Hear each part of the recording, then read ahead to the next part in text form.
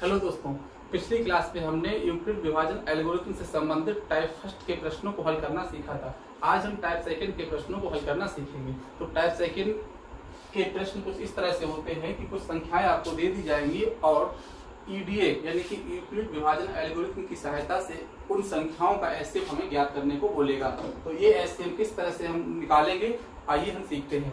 तो पहला प्रश्न हमने ये लिया है कि 135 और 225 का एचसीएफ एल्गोरिथम की सहायता से ज्ञात करना है। तो कैसे ज्ञात करेंगे वो देखते हैं। तो सबसे पहले इन संख्याओं को हम बढ़ते हुए घटते हुए क्रम में लिख लेते हैं, बढ़ते या घटते हुए किसी भी क्रम में लिख लेते हैं। पहले हम ये देखते हैं कि इन संख्याओं में कौन सी संख्या छोटी है और कौन सी संख्या बड़ी है। तो यहाँ पर हमने इसे हल करने के लिए सबसे पहले लिखेंगे हल। इसी में हमने देखा यहाँ पर कि 225 संख्या है यह 135 से बड़ी है। तो इन दोनों संख्याओं यानी कि 225 और 135 में यूक्लिड विभाजन एल्गोरिथम या इंग्लिश में इसे बोलते हैं यूक्लिड डिवीजन एल्गोरिथम या फिर इसे हम शॉर्ट में ईडीए यूक्लिड डिवीजन एल्गोरिथम बोल देते हैं।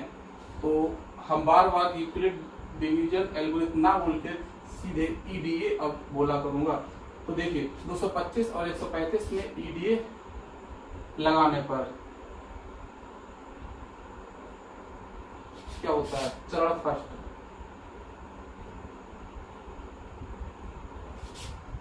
क्या करते हैं हम एक तरफ थोड़ा सा पार कर लेते हैं। तो 225 को हम 135 से डिवाइड करेंगे। तो 135 से जब डिवाइड करेंगे तो ये 135 5 में से 5 जाएगा 0, 12 में से 3 गया 90 और ये 100। पहला चरण। तो पहला चरण हमारा यहीं तक हुआ। चरण फर्स्ट में क्या किया हमने कि 225 बराबर 135 गुणा 1 प्लस 90 ये क्या है।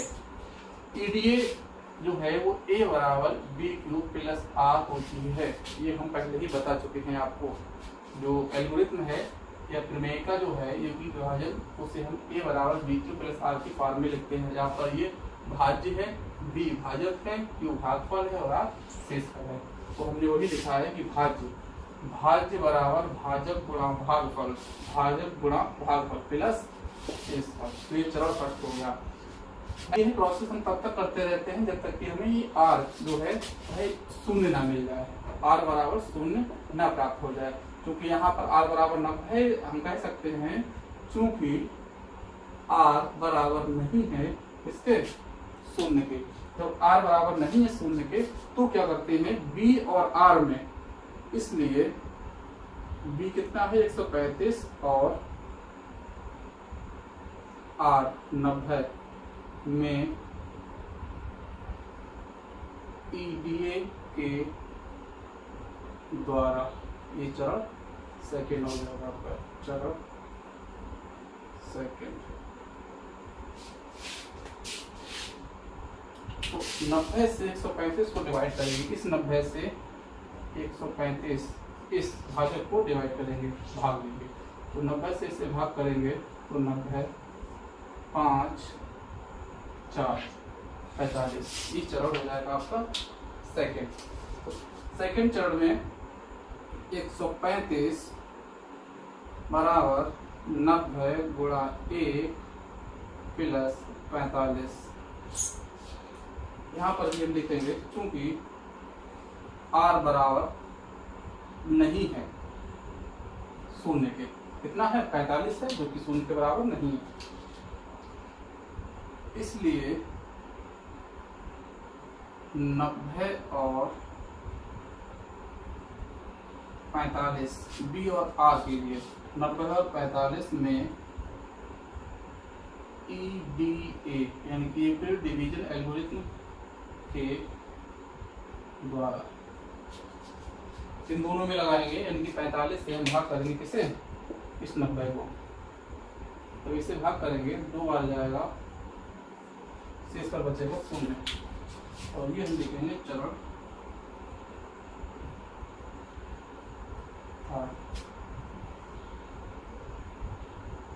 90 बराबर 45 गुणा 2 प्लस 0, चूंकि r बराबर 0, इसलिए हमने बताया था कि जैसे ही r बराबर 0 प्राप्त हो जाता है उस स्थिति में b होता है, जो b होता है, b यहाँ पर कितना है 45, वही जो दी गई संख्या होती हैं उनका एचसीएफ होता है, तो 45 हमारा एचसीएफ हो जाएगा, यही हमारा आंसर हो जाएगा।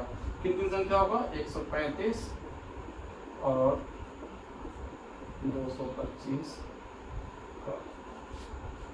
उम्मीद करता हूँ ये समझ में आया होगा। एक उदाहरण और लेते हैं, उसे करेंगे करते हैं। तो यहाँ पर दे रखा है 196 और 38,220 का एचसीएफ निकालना है हमें। तो इन दोनों का एचसीएफ निकालने के लिए सबसे पहले देखेंगे कि कौन सी संख्या इस संख्या से बड़ी है। यहाँ पर 38,220 196 से बड़े हुए। चरण फर्स्ट लिखने के लिए हम 38,220 को 196 से भाग करेंगे। तो 38,220 को 196 से भाग करते हैं। तो 196 से जब भाग करेंगे तो एक बार लगेगा यहाँ पर 196, 12 में से 6 घटेगा 6, और ये 17 में से 9 घटेगा 8, और यहाँ पर 2 में से 1 घटेगा 1।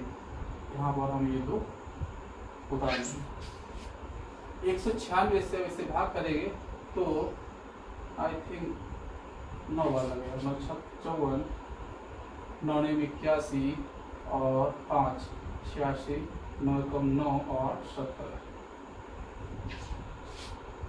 12 में से 4 गया 8, 15 में से 6 गया 9, 7 में से, ठीक है। अब यहाँ पर 0 डालें, 0 नीचे डाल दिया और भाग करेंगे जब तो 5 बार लगेगा, 5 और 30, 5 में 45 और 3 48 और 9।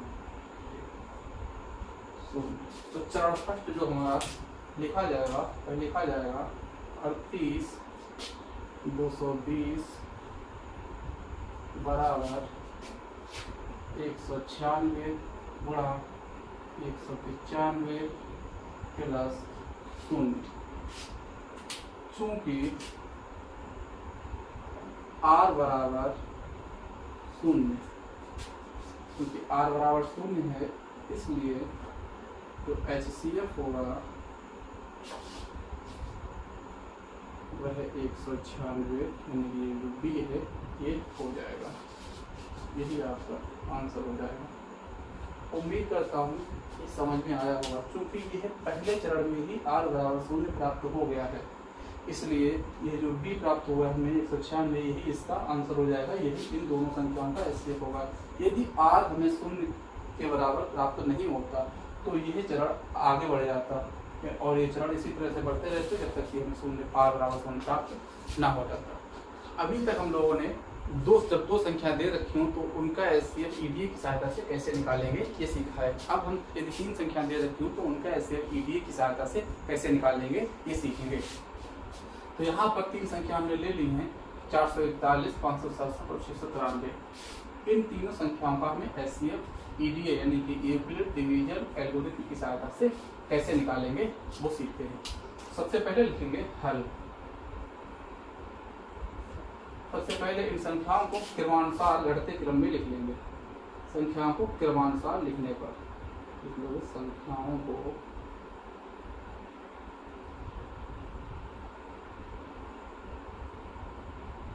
क्रमानुसार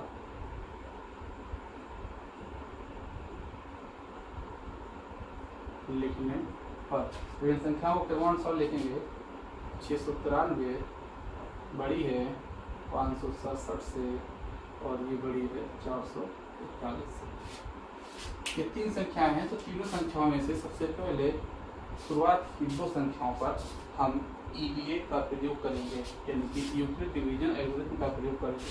तो सबसे पहले चरण फर्स्ट में देखेंगे कि 693 और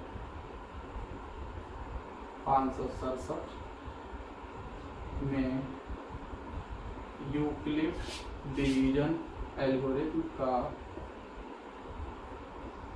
प्रयोग करने पर। जब इन दोनों संख्याओं में प्रयोग करेंगे तो उसे किस तरह से लिखेंगे, इधर हम लोग कार्य कर लेते हैं थोड़ा। 693 को 567 से हमें भाग देना है, एक बार लगेगा और यहाँ पर लिखेंगे 567। 13 में से 7 घटेगा 6 बचेगा, और ये 8 में से 6 घटेगा 2, और ये 1, और 126 से हम भाग करेंगे 500। पहले हम इतना 63 हो गया आपका। 693 बराबर 567 गुणा a प्लस 126। चरण सेकंड। तो चूंकि r बराबर नहीं है शून्य के, r 126 है और ये 126 शून्य के बराबर नहीं है। जब ये शून्य के बराबर नहीं है तो अतः इसलिए चिन्हों का प्रयोग कर लेते हैं। इसलिए 567 और 126 में EDA का प्रयोग करने पर, इन दोनों संख्याओं में EDA का प्रयोग करने पर कैसे करते हैं। 126 से हम भाग करेंगे 567 को, भाग करते हैं कितना बार जाएगा, 4, 24, 8 2 10, 4 1 4 और ये 5, 7 में से 4 घटेगा, 3 बचेगा, और ये 6 63। इसके लिए लिखना चाहेगा तो 567 बराबर 126 गुणा 4 प्लस 63। भाज्य बराबर भाजक गुणा भागफल प्लस 63। चरण 3। चूंकि r बराबर नहीं है शून्य के, यहाँ पर r 63 है, शून्य के बराबर नहीं है, इसलिए 126 और 63 में EDA का प्रयोग करने पर 63 से हम भाग करेंगे, इस 63 से भाग करेंगे 126 को, फिर 126 को इससे भाग करेंगे तो 2 बार लगेगा, और ये 126 लिखेंगे यहाँ पर 63 126 बराबर 63 गुणा 2 प्लस 0। यही तो लिख देंगे। चूंकि r बराबर 0 इसलिए 693 और 567 का HCF कितना हो जाएगा, 63 होगा। यहाँ पर इन दो संख्याओं का HCF हमें मिल गया है 63।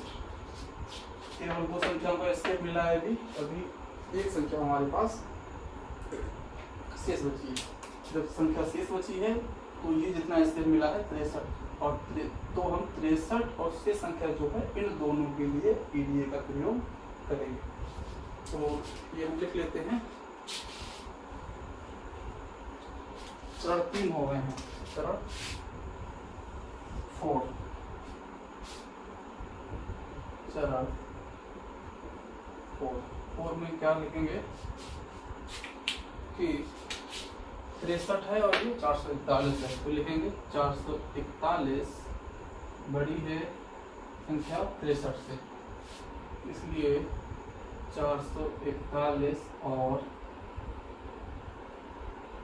63 में EDA का प्रयोग करने पर तो हम इनमें प्रयोग करेंगे, यानी कि 63 से 441 को भाग करेंगे। यहाँ पर भाग कर देते हैं 63 से 441 को, तो 63 से 441 को भाग करेंगे तो 7 बार लगेगा, 7 में 21, 7 6 42 और 44 शून्य से तो 441 बराबर 63 गुणा 7 प्लस 0। क्योंकि यहाँ पर r बराबर 0 है, जब r बराबर 0 प्राप्त हो जाता है तो ऐसी स्थिति में जो ईडीए हम प्रयोग करते हैं उसमें से जो b है वही आपका एसकेप हो जाता है। और यहाँ पर ईडीए का प्रयोग तीनों संख्याओं में कर चुके थे। यहाँ पर हमने 693 और 567 में किया और यहाँ पर 63 और 441 में किया। अतः हम कह सकते हैं 441, 567 और 693 का HCF 63 होगा।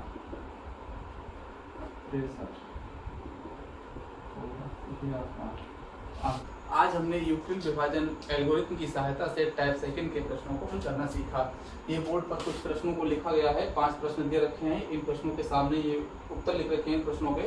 इन सभी प्रश्नों को आपको स्वयं से हल करना है और इनके उत्तर का मिलान करना है। यदि किसी तरह कोई समस्या आती है किसी भी छात्र को तो वह अपनी समस्या को कमेंट के माध्यम से मुझे